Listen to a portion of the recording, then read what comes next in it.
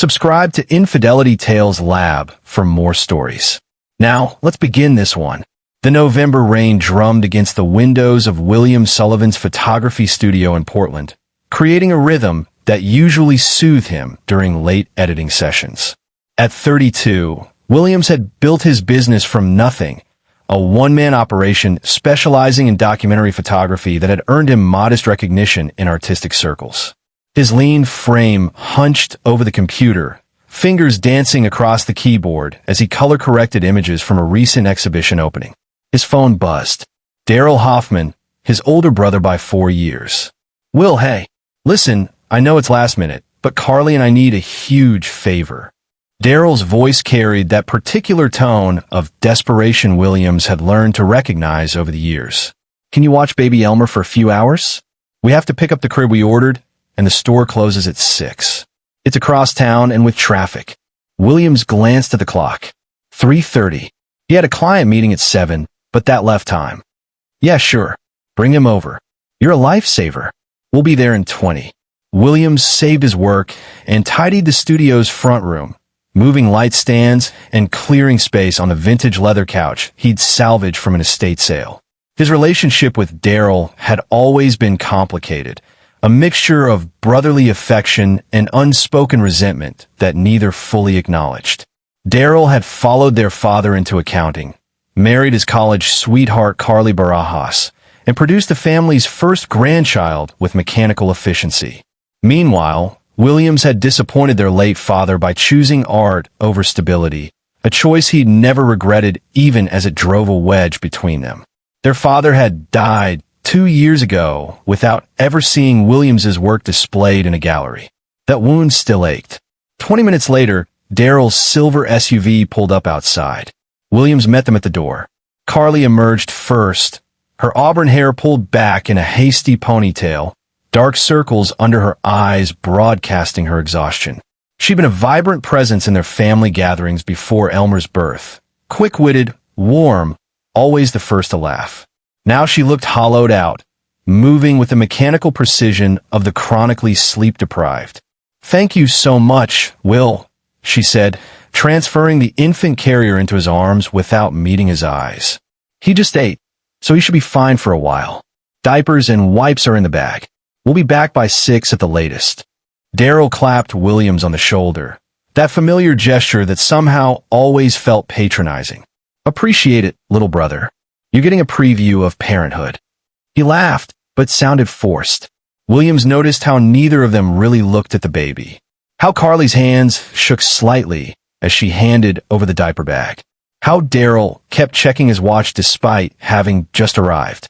"Everything okay with you guys?" Williams asked. Fine. Just tired. You know how it is with newborns." Daryl was already backing toward the car. "We'll text when we're heading back." They left before Williams could ask anything else. He carried 2-month-old Elmer inside, setting the carrier on the cleared couch. The baby slept, his tiny features peaceful, one small fist curled near his mouth. Williams felt that universal human response to infants, protective, awed by their fragility. He'd photographed dozens of newborns for clients, but this was different. This was family blood, his nephew. Williams returned to his editing, checking on Elmer every few minutes. The studio's quiet suited him. No assistants, no partners, just his craft and the stories he tried to capture through his lens.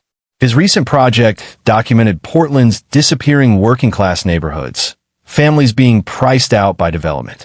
The work was personal, political, and unlikely to pay his rent, but it mattered. Around 4:30, Elmer woke crying. Williams scooped him up, supporting the tiny head the way Carly had shown him months ago at the hospital. "Hey there, little man. You're okay." But Elmer wasn't okay. The crying intensified, a sharp wail that escalated into something that sounded almost like pain.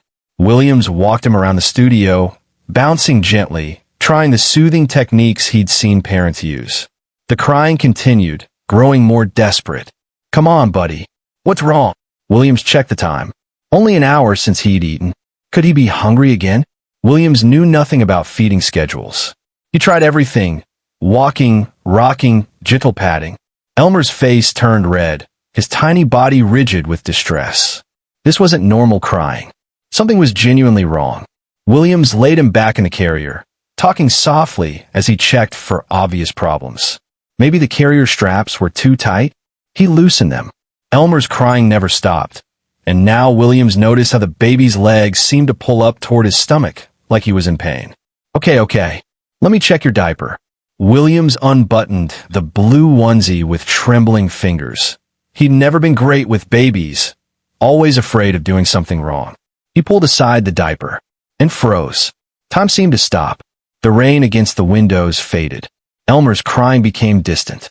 All of Williams's attention focused on what he was seeing, and his mind struggled to process it, rejecting it even as his eyes transmitted the information. Bruises. Dark purple and yellow bruises covering the baby's inner thighs and lower abdomen. Not the kind from a fall or accident. These were fingerprint-shaped. Small adult fingers pressed into tender infant skin with enough force to leave marks that had aged through several stages of healing.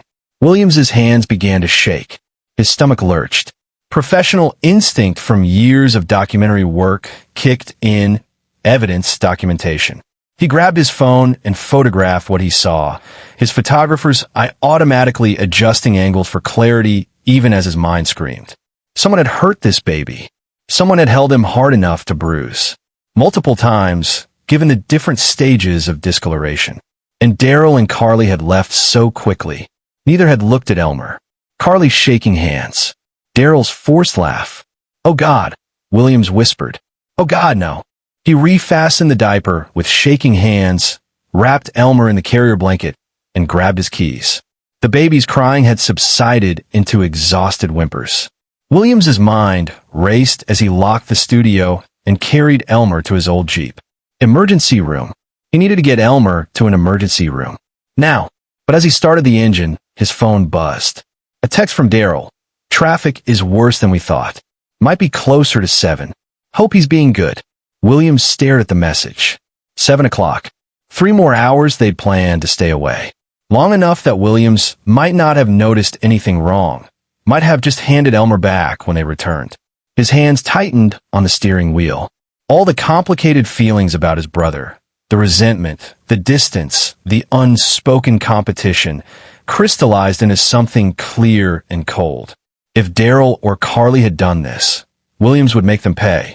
Family or not, blood or not, whoever had hurt this innocent child would face consequences. But first, Elmer needed help. Williams drove through the rain toward Providence Portland Medical Center, his nephew whimpering softly in the back seat.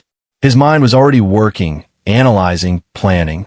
Years of documentary photography had taught him to see what others missed, to capture truth even when people try to hide it. He'd exposed corruption, abuse, and injustice through his camera. Now he'd use those same skills to protect Elmer and find out who had done this. The rain intensified as he drove, and Williams felt something hardening inside him. A determination he'd only experienced once before, when he decided to pursue photography, despite his father's disapproval. That same certainty that he was doing the right thing, regardless of cost. He'd always been the family peacekeeper, the one who smoothed over conflicts and avoided confrontation. Not anymore. Whatever came next, Williams was ready. The emergency room of Providence Portland buzzed with controlled chaos. Nurses moving between curtained areas, monitors beeping, the antiseptic smell mixing with wet clothes and stress. Williams stood at the triage desk, Elmer's carrier clutched in both hands, trying to keep his voice steady. "I need someone to examine my nephew. I found bruises. I think someone might have hurt him." The triage nurse, a woman in her 50s with salt and pepper hair and sharp eyes, immediately called for a doctor.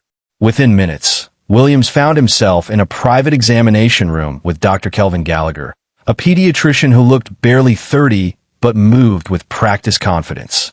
"I'm going to examine him now," Dr. Gallagher said gently, lifting Elmer from the carrier. "Can you tell me exactly what you observed?" Williams explained, showing the photos on his phone. Dr. Gallagher's expression remained professionally neutral, but Williams saw his jaw tighten. The examination took 20 minutes. Dr. Gallagher worked carefully, documenting everything, his gloved hands gentle as Elmer fussed and cried. Finally, he looked up at Williams. You did the right thing bringing him in. These are definitely non-accidental injuries. Multiple contusions in various stages of healing, indicating repeated trauma. He paused. I'm required by law to report this to Child Protective Services and the police. Do you understand? Williams nodded, his throat tight. His parents, my brother and his wife, they asked me to babysit a few hours ago. They seemed off, rushed. They didn't look at him. Where are they now? Shopping. They said they'd be back around 7. Dr. Gallagher made notes on his tablet. The police will want to speak with you, and likely with the parents when they return. For now, Elmer will be admitted for observation and a complete medical workup. We need to ensure there aren't other injuries. A social worker arrived, Wendy Barnett, introduced herself with a kind but weary expression. She'd seen cases like this before, Williams could tell. Probably saw them all the time. Mr. Sullivan, I know this is difficult, Wendy said as they sat in a small consultation room. Can you walk me through everything from the beginning? Williams recounted the afternoon, every detail he could remember. Daryl's call, their rushed handoff, the way they'd avoided looking at Elmer. Wendy took notes, asked clarifying questions, never showing judgment, but clearly building a timeline. Have you observed anything concerning about your brother or sister-in-law's behavior before today? She asked. Williams thought back. I haven't seen them much since Elmer was born. Maybe 3 times? They seemed stressed, tired, but I thought that was normal new parent stuff. He paused. Carly was different, though. Before the baby, she was lighter, happy.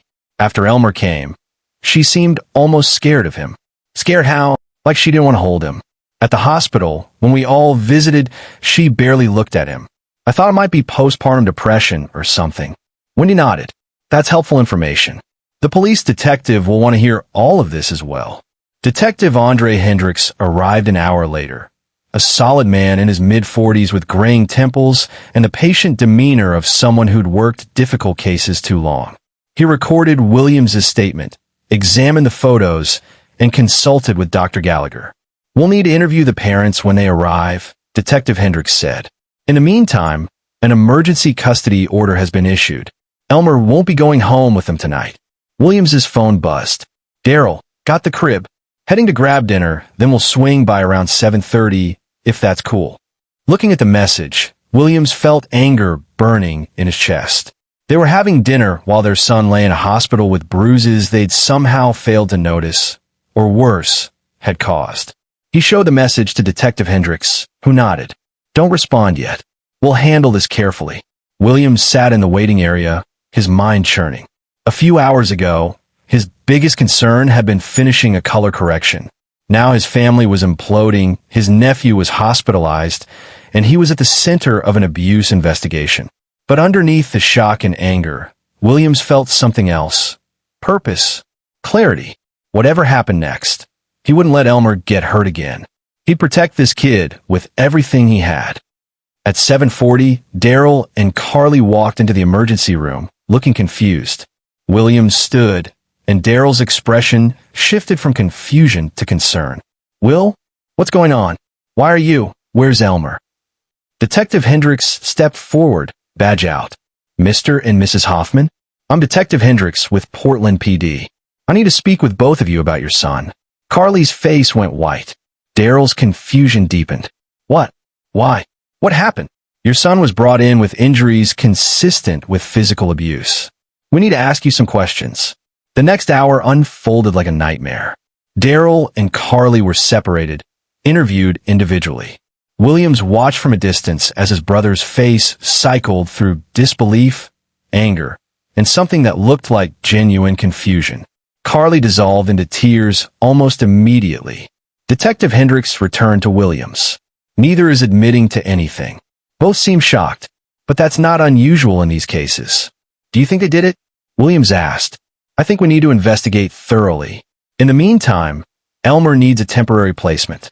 Given that you discovered the abuse and brought him in, and that your family, would you be willing to serve as an emergency foster placement? Williams didn't hesitate. Yes, absolutely. Paperwork followed, forms, background checks expedited through the system, a home inspection scheduled for the next day. Through it all, Williams kept thinking about those bruises, about Elmer's desperate crying, about how close he'd come to just handing the baby back without ever knowing. Near midnight, exhausted and overwhelmed, Williams sat in Elmer's hospital room watching the baby sleep in the clear bassinet. The injuries had been photographed, documented, and measured. Blood work had been drawn. A skeletal survey would happen tomorrow to check for fractures. His phone buzzed. Daryl, from a number Williams didn't recognize. How could you do this? Call CPS on your own brother? We didn't do anything to him. Williams stared at the message. Part of him wanted to believe Daryl. Family loyalty ran deep, and his brother had never shown any signs of violence. But the evidence didn't lie. Those bruises came from somewhere. He typed back, "Then who did, Daryl? Who hurt him?" The response came quickly. "I don't know, but it wasn't us. You've destroyed our family over a misunderstanding." Williams didn't reply. Tomorrow he'd need to prepare his studio apartment for a baby, buy supplies, figure out how to care for an infant while the investigation unfolded. Tonight, he just sat watching Elmer sleep and made a silent promise. No matter who had done this, brother, sister-in-law, or someone else entirely, Williams would find out. And they would pay for every bruise, every moment of pain inflicted on this innocent child. The rain had stopped outside. Through the hospital window, Williams could see the city lights reflecting off wet pavement. Somewhere out there, someone had answers. Someone knew the truth. William Sullivan had spent his career exposing hidden truths through photography. Now he'd use every skill he possessed to expose this one. The game had begun, and he wouldn't stop until Elmer was safe and justice was served. The home inspection happened at 10 the next morning. Williams had spent the pre-dawn hours baby-proofing his studio apartment, a converted warehouse space he'd lived in for 5 years. The social worker, Wendy Barnett, walked through methodically, checking outlets, cabinet locks, and asking questions about his work schedule and support system. "You understand this is temporary?" Wendy asked, making notes on her tablet. "Until the investigation concludes." "I understand, but I'm prepared for however long Elmer needs to be here." She approved the placement. By noon, Williams was back at the hospital, receiving instructions from nurses on feeding schedules, safe sleep practices, and warning signs to watch for. Dr. Gallagher pulled him aside. The skeletal survey came back. No fractures, which is good. But we found something else. He pulled up images on his computer. "See these? Retinal hemorrhages in both eyes. Consistent with shaken baby syndrome." Williams felt his stomach drop. Someone shook him. The pattern of injuries suggests it. The bruising, the retinal hemorrhages, classic presentation. Whoever did this grabbed him hard enough to bruise and shook him violently enough to cause bleeding in his eyes. "Will he be okay?" "Physically, yes. He's young enough that with proper care, he should heal completely. But we'll need follow-up exams." Dr. Gallagher's expression hardened. "Whoever did this could have killed him, Mr. Sullivan. Shaken baby syndrome can cause permanent brain damage or death. Elmer was lucky you found him when you did." Lucky. Williams thought about that word as he drove Elmer back to the studio that afternoon, a car seat borrowed from the hospital secured in the back. Lucky seemed like the wrong word for a baby who'd been violently abused. But maybe lucky that his uncle had cared enough to look, to act, to protect him. The next days blurred together. Williams learned to function on broken sleep, to decipher different types of cries, to change diapers and warm bottles at 3 in the morning. His photography work suffered. He postponed the client meeting, put projects on hold, and stopped returning calls from everyone except Detective Hendricks. The investigation was moving slowly. Daryl and Carly had lawyered up, both maintaining their innocence.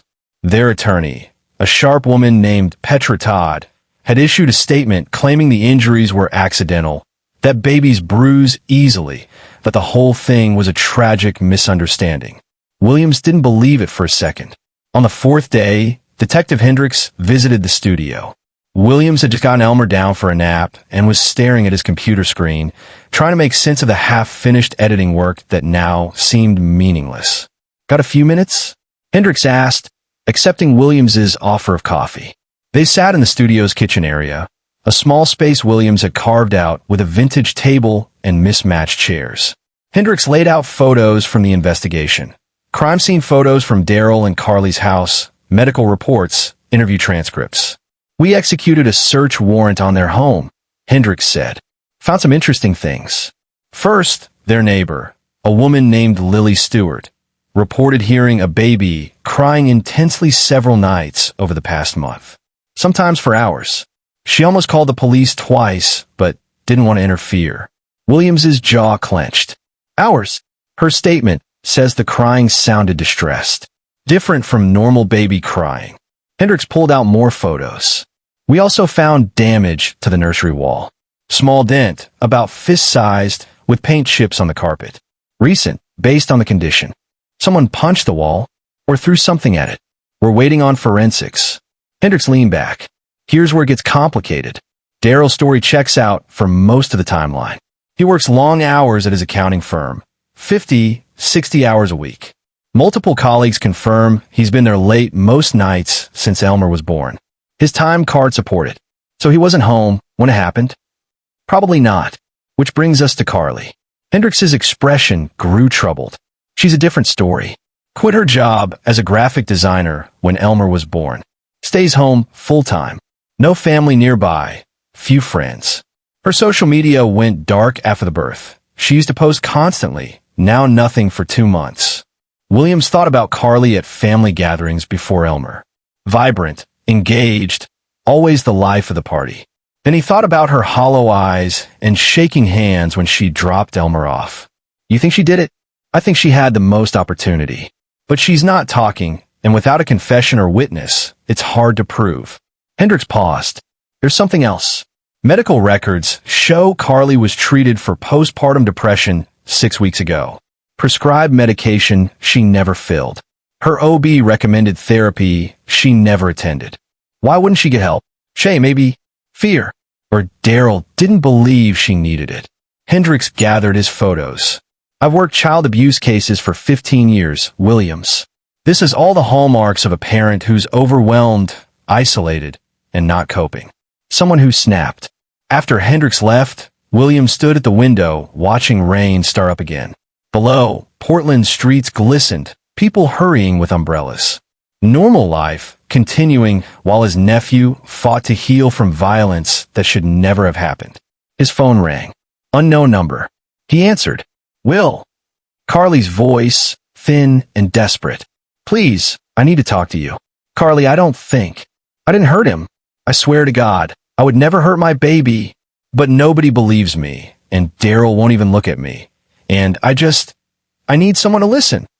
Williams closed his eyes. Every instinct screamed not to engage. But something in her voice, raw terror and grief, made him pause. Talk, he said quietly. Can we meet? Just 15 minutes? I'm not supposed to contact you, but I don't care anymore. I need you to understand. She was crying now. Please, Will. You're the only one who might believe me. Against his better judgment, Williams agreed.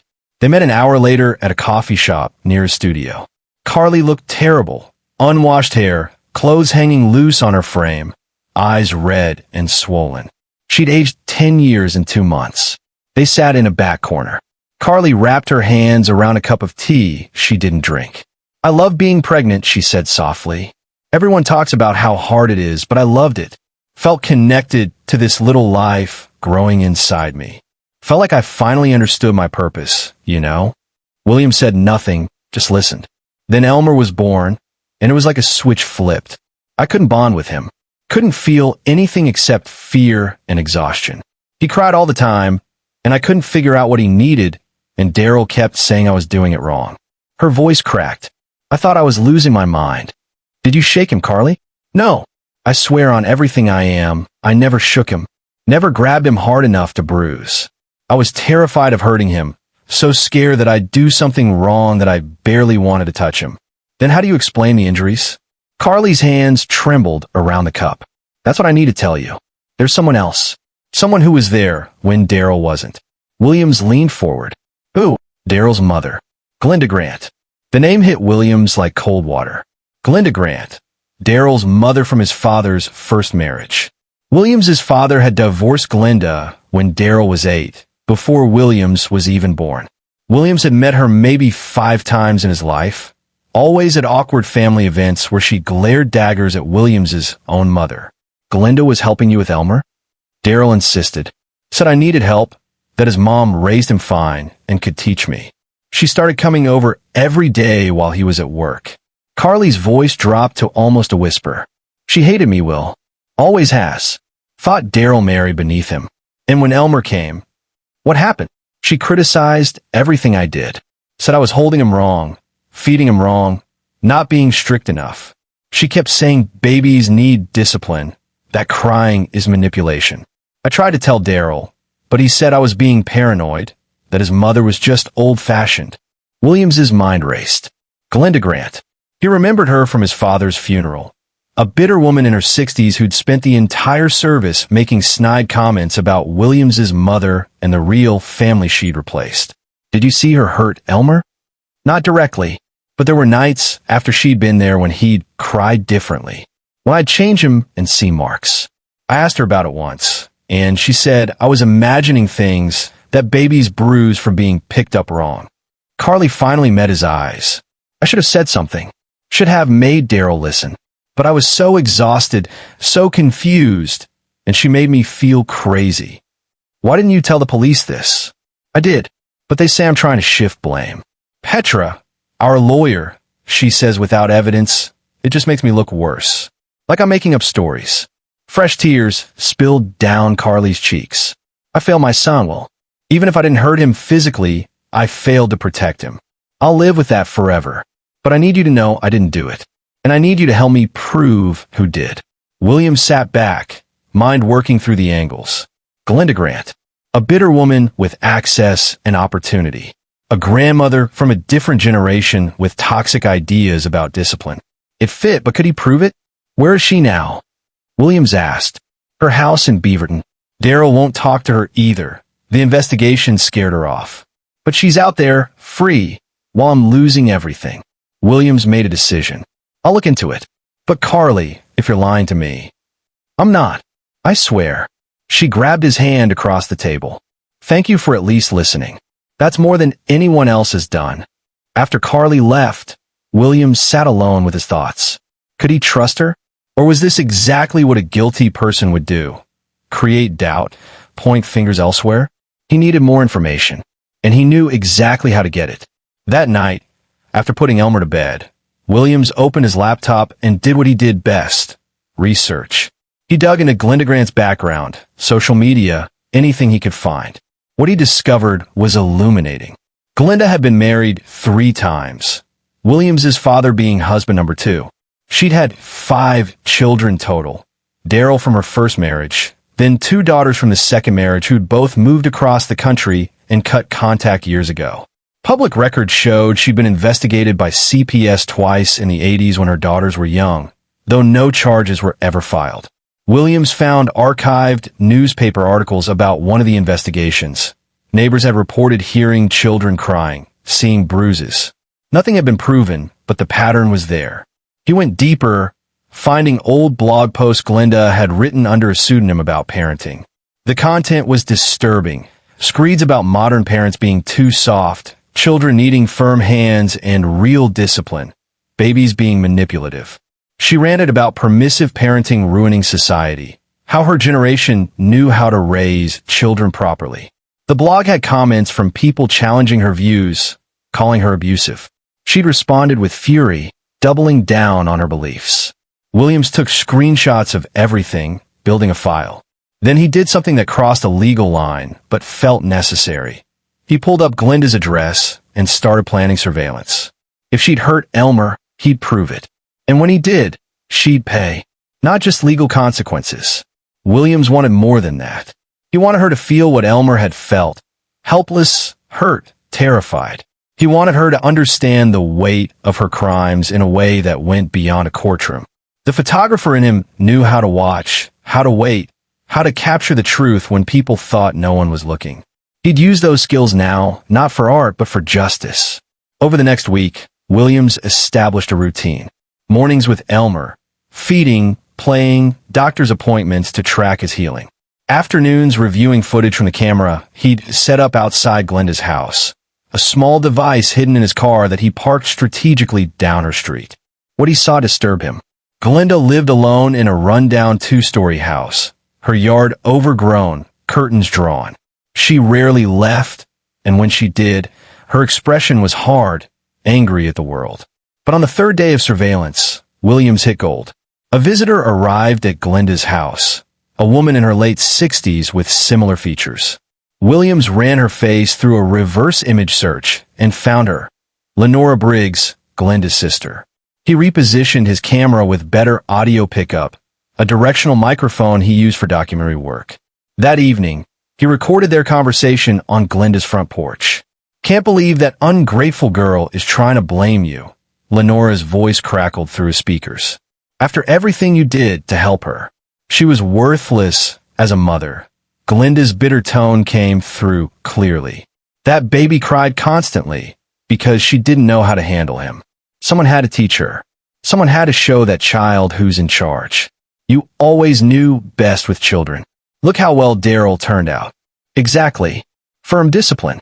That's all babies need. A little shake to stop the crying, a firm grip to show control. My generation understood that." Williams's hands clenched around his laptop. There it was. A confession, clear as day, caught on audio. He immediately called Detective Hendricks, sending the file while they were still on the phone. "This is admissible?" Williams asked. "It's Oregon one-party consent state, and you were in a public area recording a conversation happening outdoors. Should be fine, but let me verify with the DA." 2 hours later, Hendricks called back. "We're moving on Glenda Grant. Search warrant and arrest warrant both approved." "Good work, Williams." The arrest happened the next morning. Williams wasn't there to see it, but Hendricks called with details. Glenda had been belligerent, denied everything at first, then claimed she was only trying to help. Her lawyer tried to spin it as generational differences, but the evidence was mounting. Carly called him sobbing with relief. "They believe me now. The lawyer says the charges against me will probably be dropped." Williams felt a grim satisfaction, but it wasn't enough. Legal justice was one thing. True accountability was another. That night, Williams drafted a plan. Not illegal, exactly, but definitely in a gray area. He'd spent his career telling stories through images, exposing truth. Now he'd craft a different kind of exposure.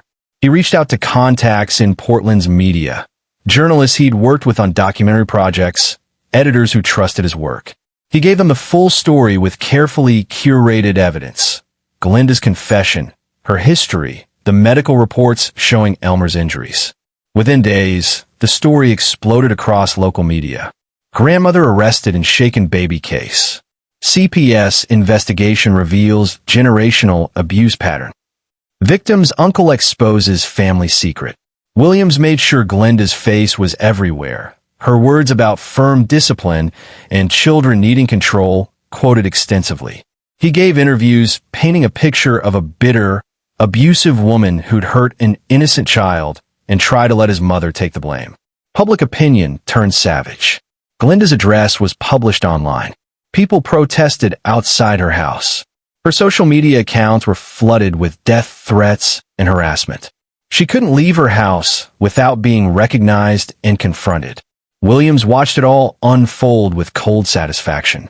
This was his revenge, not violence, but exposure, forcing her to face the consequences of her actions in the court of public opinion, where mercy was rare and justice swift. But he wasn't done yet. Through his media contacts, Williams obtained Glenda's phone number. Late one night, with Elmer sleeping peacefully nearby, he called her from a burner phone. "Who is this?" Glenda's voice was shaky, afraid. "Someone who knows what you did," Williams said quietly. "Someone who's going to make sure you never hurt another child." "I didn't. It was an accident. Save it for your lawyer. I'm calling to let you know that every person you hurt, every child you damaged with your discipline, they're all going to know your name now. Your face will be synonymous with child abuse. You'll never have peace again. You can't do this. I have rights." So did Elmer. So did your daughters. So did every child you traumatized with your toxic beliefs. Williams's voice was ice. "This is justice, Glenda. Real justice. You're going to live with what you've done, and everyone will know." He hung up. Over the following weeks, The legal case built momentum. The DA charged Glenda with multiple counts of felony child abuse. Her lawyer tried to negotiate, but with the confession, medical evidence, and Williams's documentation, the case was airtight. Carly was cleared of all charges. She and Daryl started intensive therapy, working to repair their marriage and prepare for Elmer's eventual return home. Williams saw the change in them, especially in Carly, who seemed to wake up from a nightmare. But Williams wasn't ready to give Elmer back. Not yet. Not until he was absolutely certain the child would be safe. 2 months after Glenda's arrest, Williams sat in the prosecutor's office across from ADA Clifton Howe, a methodical man in his 50s who'd built a career on complex abuse cases. "We're offering her a deal," Howe said, sliding papers across the desk. "Plead guilty to reduced charges, 5 years prison time, permanent restraining order from Elmer and any other minors." Williams felt rage bloom in his chest. 5 years? She could have killed him. "I understand your frustration, but trials are risky. Juries are unpredictable, especially with older defendants who present well. Her lawyer will play the generational differences card, make her seem like a confused grandmother who didn't know better. We could lose entirely. You have her confession. We have an ambiguous conversation that her lawyer will claim was taken out of context. The medical evidence is strong, but without Glenda actually admitting she shook Elmer specifically, a defense attorney can create reasonable doubt. How lean forward? 5 years guaranteed versus risking acquittal. I know which I'd choose." Williams left the office furious. 5 years wasn't enough. Not for what she'd done. Not for the terror Elmer had experienced, the pain, the potential lifelong consequences. He needed to think, needed to plan. That evening, Williams received unexpected visitors, Daryl and Carly, standing nervously at his studio door. "Can we come in?" Daryl asked quietly. Williams let them in. They sat awkwardly in his living space, looking at Elmer sleeping in the portable crib Williams had set up. The baby had grown visibly in 2 months, filling out the bruises long faded. He smiled now, cooed at Williams during feedings. He was healing. "We've been in therapy," Carly said softly. "Individual and couples. Working through everything." She paused. "I want to apologize to you, Will, for putting you in this position, for not protecting Elmer sooner. I should have believed you when you tried to tell me about my mother," Daryl added. His voice was rough with emotion. "I was so caught up in work, so sure I knew what was right, that I didn't see what was happening in my own house." Williams studied his brother. Daryl looked different, older, worn down, but also somehow more present than Williams had ever seen him. The corporate polish was gone, replaced with raw vulnerability. "You should have listened," Williams said quietly. To Carly. "To the warning signs. You failed as a father, Daryl." His brother flinched, but didn't argue. "I know. I'm trying to do better. We both are. The therapist says we're making progress," Carly offered. "Learning to communicate, to share responsibilities, to recognize warning signs. We've joined a support group for parents dealing with postpartum issues and family trauma." "That's good," Williams said. "But it doesn't change what happened." "We know." Daryl met his eyes. "We're not asking for forgiveness. Not yet. Maybe not ever. But we are asking for a chance to prove we can be better parents. When the time comes for Elmer to come home, we want to show you we're ready." Williams felt conflicted. Part of him wanted to refuse, to fight for permanent custody of Elmer. But another part, the part that remembered Daryl teaching him to ride a bike, protecting him from bullies, being a brother before life complicated everything. That part wanted to believe people could change. "I need to see it," Williams said finally. "Not just hear about it. You want Elmer back? Prove you deserve him." They agreed to weekly visits at the studio, supervised by Williams. Slowly, carefully, Daryl and Carly began rebuilding trust. They were attentive, gentle, present in ways they hadn't been before. Carly had started medication for her postpartum depression and seemed like a different person, engaged, warm, actually bonding with her son. But Williams remained watchful. He documented everything, took notes on their interactions, looked for any red flags. Once burned, he wouldn't make the same mistake twice. Meanwhile, Glenda's case progressed. She refused the plea deal, convinced she could win at trial. Her lawyer, Petra Todd, the same one who'd initially represented Daryl and Carly, built a defense around reasonable doubt and generational misunderstanding. Williams attended every pretrial hearing, sitting in the gallery watching Glenda. She never looked at him, kept her eyes forward, playing the role of a confused elderly woman who'd only tried to help. It was a good performance. But Williams had learned something important during his surveillance weeks. Glenda Grant wasn't acting alone. Her sister Lenora had been complicit, encouraging her, validating her abusive methods. And there were others, members of an online community Glenda frequented, people who shared her toxic beliefs about child discipline. Williams had infiltrated that community using a fake profile, documenting their conversations. What he found was disturbing. Parents and grandparents sharing techniques for controlling children, comparing notes on how to leave minimal evidence, encouraging each other to ignore modern soft parenting advice. It was a network of abuse, hidden in plain sight online. He brought this information to Detective Hendricks. This is bigger than just Glenda. There are dozens of people in this group, maybe hundreds. How many children are being hurt by this ideology? Hendricks looked through the screenshots, his expression darkening. This is beyond my scope. This needs federal involvement, FBI, Child Exploitation Division. Within a week, a federal investigation was launched. Williams's documentation became the foundation for a larger probe into online communities promoting child abuse under the guise of traditional discipline. But while the federal case built slowly, Glenda's trial approached fast. The trial began on a cold Monday in February. Williams sat behind the prosecution table. Elmer, now 4 months old and thriving, safe with a vetted babysitter. He'd insisted on being present for every moment. ADA Howe's opening statement was strong, laying out the evidence methodically. Glenda's lawyer countered with appeals to sympathy, a confused grandmother from a different time, trying to help overwhelmed parents, accidentally causing harm through ignorance. The medical testimony was damning. Dr. Gallagher walked the jury through Elmer's injuries with calm precision, explaining exactly what force was needed to cause such damage. This wasn't accidental, he concluded. These injuries require intentional violence. Carly testified, describing Glenda's criticism and control, the changes she noticed in Elmer after Glenda's visits. She was credible, sympathetic, but Petra Todd's cross-examination tried to paint her as an unreliable mother looking for someone to blame. Daryl testified about his mother's beliefs, admitting he'd been blind to the danger. His testimony felt honest, painful, a son acknowledging his mother's capacity for harm. Then Williams testified. He walked the jury through finding Elmer, the bruises, his decision to act. He showed the photos he'd taken, explained his investigation, played the recording of Glenda's confession. Petra Todd tried to discredit the recording, suggesting it was taken out of context or misinterpreted.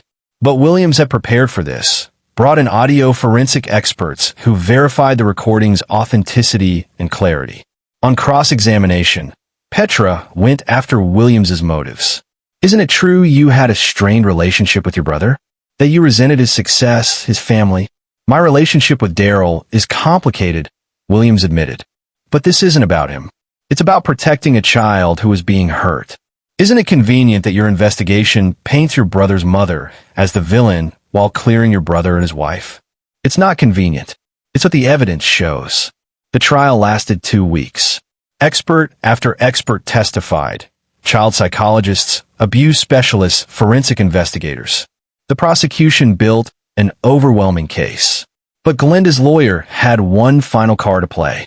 They called character witnesses, people who knew Glenda as a volunteer at her church, a friendly neighbor, a devoted grandmother to her other grandchildren, the ones Williams learned she saw rarely and only at supervised family events. The defense tried to create doubt. Could this nice older woman really be capable of such violence? In her closing argument, Petra Todd played heavily on generational differences. Glenda Grant grew up in a time when parenting was different, firmer. What we now call abuse, they called discipline. She didn't shake baby Elmer out of malice. She was trying to quiet his crying using methods she'd been taught were acceptable. It was a strong argument. Williams saw some jurors nodding. But ADA House closing was stronger. The defense wants you to excuse violence as a generational misunderstanding. But Glenda Grant didn't live in the 1950s. She lived in 2024. She had access to modern parenting information. She chose to ignore it. She chose her own beliefs over a child's safety. And when that child suffered injuries that could have killed him, she said nothing. Did nothing. Let others take the blame. Hal pointed at the medical photos blown up on screens. These injuries don't lie. The retinal hemorrhages don't lie. And Glenda Grant's own words, caught on recording, don't lie. She hurt this baby, and she needs to be held accountable. The jury deliberated for 3 days. Williams spent those days caring for Elmer, trying to maintain normalcy while anxiety gnawed at him. What if they acquitted? What if Glenda walked free? On the afternoon of the third day, Williams's phone rang. "Hendricks, verdict's in. Get down here." Williams arranged for Wendy Barnett to watch Elmer and rushed to the courthouse. The courtroom was packed. Media, family members, advocates. Williams found a seat behind the prosecution table just as the jury filed in. He studied their faces, looking for clues. Most wouldn't meet Glenda's eyes. That had to be good, right? The judge asked for the verdict. The forewoman stood, a black woman in her 40s who'd taken extensive notes throughout the trial. On the count of felony child abuse in the first degree, we find the defendant guilty. Williams felt something release in his chest. Around him, people reacted. Carly's sob of relief, Daryl's exhaled breath, murmurs from the gallery. But the forewoman wasn't done. On the count of assault in the second degree, guilty. On the count of criminal mistreatment in the first degree, guilty. Guilty on all counts.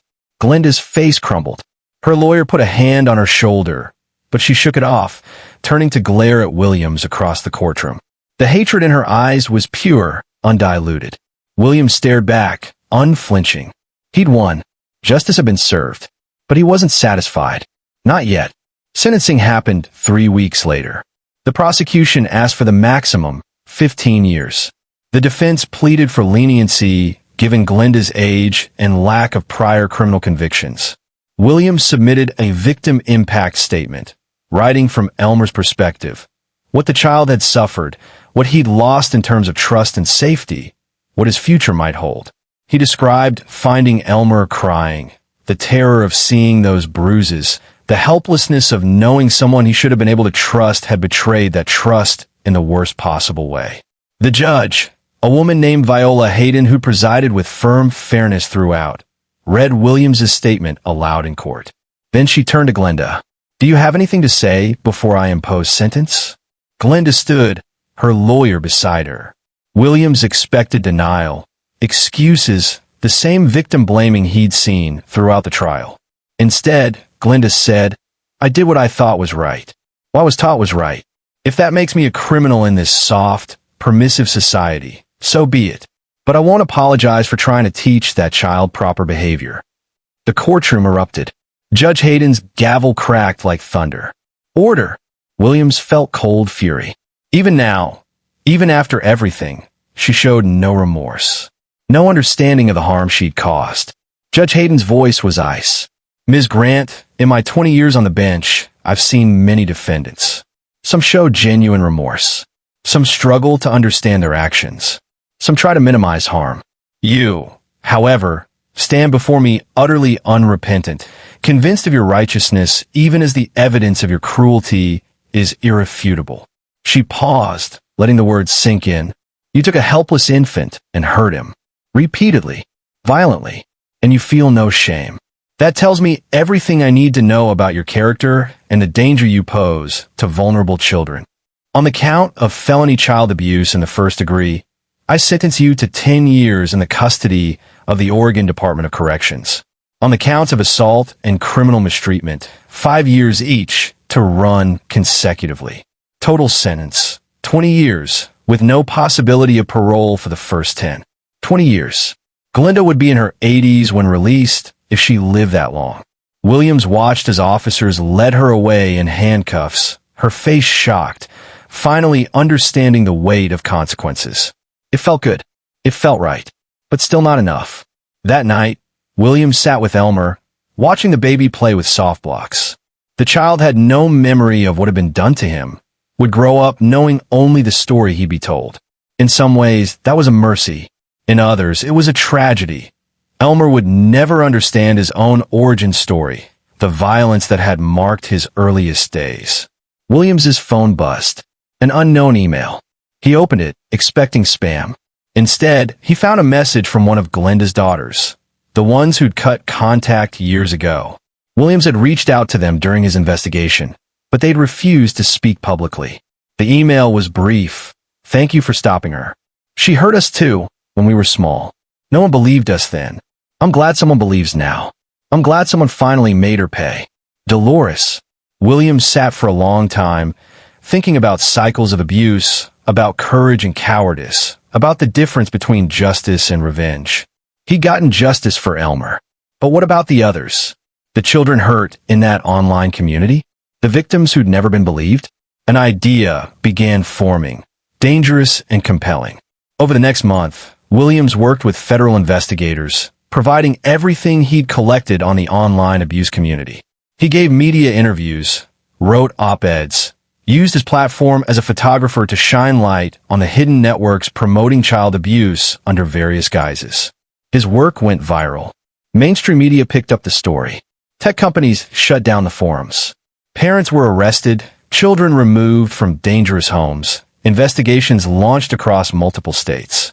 Williams became the face of the investigation, the protective uncle who'd exposed systemic abuse.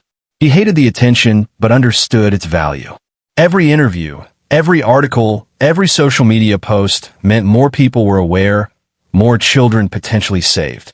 But late at night, alone with Elmer, Williams wondered if it was enough. Would it ever be enough? How many children were still suffering because no one looked, no one acted, no one cared enough to intervene? He thought about his own father, about the distance that had grown between them over Williams's choice to pursue art instead of stability. His father had died disappointed in him, or so Williams had always believed. But would his father be proud now? Seeing Williams protect family, fight for the vulnerable, use his skills for something that mattered beyond galleries and grants? Williams would never know, and that hurt in its own way. 6 months after Glenda's sentencing, the custody hearing for Elmer took place. The judge reviewed everything: therapy records, home studies, psychological evaluations, Williams's observations of Daryl and Carly's progress. Winnie Barnett testified that the couple had done everything asked of them, had genuinely transformed their approach to parenting. Dr. Gallagher confirmed Elmer's complete physical recovery. Detective Hendricks stated the investigation found no evidence that Daryl or Carly had directly harmed the child.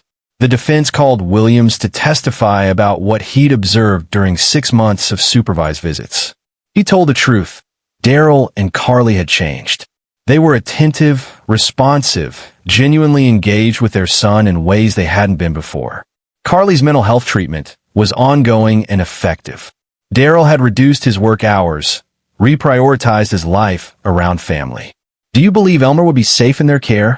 the judge asked. Williams hesitated. Every protective instinct screamed to say no, to fight for permanent custody. Elmer was his now, in all the ways that mattered. He'd bonded with this child, knew his cries and smiles, his preferences and patterns. But he also knew the truth. "Yes," Williams said quietly. "I believe he'd be safe. I believe they've learned and changed. And I believe Elmer deserves to grow up with his parents, if they can be what he needs." The judge ordered a gradual transition. Overnight visits, then weekends, then full custody with Williams maintaining regular contact and visitation rights written into the order. The first night Williams returned to his studio alone, silence felt oppressive. No baby monitor, number 2 a.m. feedings, no small life depending on him. Just empty space and echoes. He sat at his computer, trying to work on photography projects that had languished for months. But nothing felt meaningful anymore. How could he care about composing shots or color balance when children were being hurt, when evil hid in plain sight? His phone rang. A familiar number, Detective Hendricks. "Got something you might want to hear. Remember Glenda's sister, Lenora? The one who encouraged her? That's the one. Turns out she's been under investigation too. Federal probe into that online community you helped expose. They found evidence she was actively coaching other members on how to abuse kids without leaving evidence. She's being charged federally. Williams felt grim satisfaction. Good. There's more. The community had hundreds of members. So far, 73 have been charged across 16 states. Children have been removed from dangerous homes, placed in protective custody. Your documentation started all of it. After hanging up, Williams sat in the quiet, processing. He'd wanted revenge against Glinda for hurting Elmer. He'd gotten that. And more. She'd spend decades in prison, her reputation destroyed, her beliefs exposed as the toxic ideology they were. But the real victory wasn't personal revenge. It was the children saved, the abusers caught, the system changed however slightly to better protect the vulnerable. That night, Williams pulled out his camera for the first time in months. Not for a client, not for a project, just for himself. He photographed his empty studio, the shadows and light, the space where Elmer had healed and grown. He photographed the city outside his window, Portland streets where countless lives intersected, where joy and tragedy played out in private homes behind closed doors. He photographed his own hands, the hands that had held a hurt child, that had documented abuse, that had fought for justice. These images would never be displayed, never be sold. They were just for him, a record of transformation. The photographer who'd always observed from a distance had stepped into the frame, become part of the story, changed its outcome. 3 days later, Williams visited Daryl and Carly's house for dinner. The first time he'd been invited since the investigation began. The house looked different. The nursery had been repainted in soft colors, the damaged wall repaired. Photos of Elmer covered every surface, capturing his growth and recovery. Carly had cooked simple food, nothing fancy, but made with care. They sat together, the three of them and Elmer in his high chair, attempting normalcy. "We're selling this house," Daryl said quietly. "Too many bad memories. Found a place closer to your studio. Actually, thought maybe you'd want to be near enough to drop by regularly." Williams nodded. "I'd like that." "We can never thank you enough," Carly added, her eyes shining with tears. "For saving him. For believing me. For giving us a chance to prove we could change." "Just keep proving it," Williams said. "Every day. That's all the thanks I need." That night, driving home through Portland's rain-slick streets, Williams felt something he hadn't experienced in years. Peace. Not happiness exactly. Too much had happened for simple happiness. But peace. The quiet knowledge that he'd done what needed doing, protected who needed protecting, stood up when others would have looked away. His phone chimed. An email from a gallery owner who'd seen his recent media appearances, interested in displaying his documentary work about abuse and advocacy. An opportunity to use his art for purpose again, to keep shining light on darkness. William smiled. Maybe his father would have been proud after all. He thought about Elmer, sleeping safely in his crib at Daryl and Carly's house. About Glinda, beginning her 20-year sentence. About the children rescued from the online abuse network. About cycles broken and justice served. It wasn't a perfect ending. Nothing ever was. But it was an ending where the good guy won, where the innocent were protected, where consequences found those who deserved them. William Sullivan had started this journey as a photographer who observed life from behind a lens. He'd emerged as something different, a protector, an advocate, someone willing to fight. And if another child needed help, another injustice needed exposing, another battle needed fighting, Williams would be ready. The rain continued falling on Portland, washing the streets clean, and Williams drove home knowing he'd done everything in his power to make his small corner of the world a little bit safer, a little bit more just. That would have to be enough. Because some victories weren't about perfect endings. They were about choosing to act when action mattered, standing firm when others faltered, and protecting those who couldn't protect themselves. Williams had done all of that and more. And in the quiet of his studio that night, reviewing the photographs he'd taken, he finally understood what his father had never lived to see. That art wasn't about escaping reality. It was about engaging with it, documenting it, changing it, one exposure at a time. And there you have it. another story comes to an end. What did you think? I'd love to hear your thoughts in the comments below. If you enjoy this story, consider joining our community by subscribing. It means the world to us. For more stories like this one, check out the recommended videos on screen. And I'll see you there.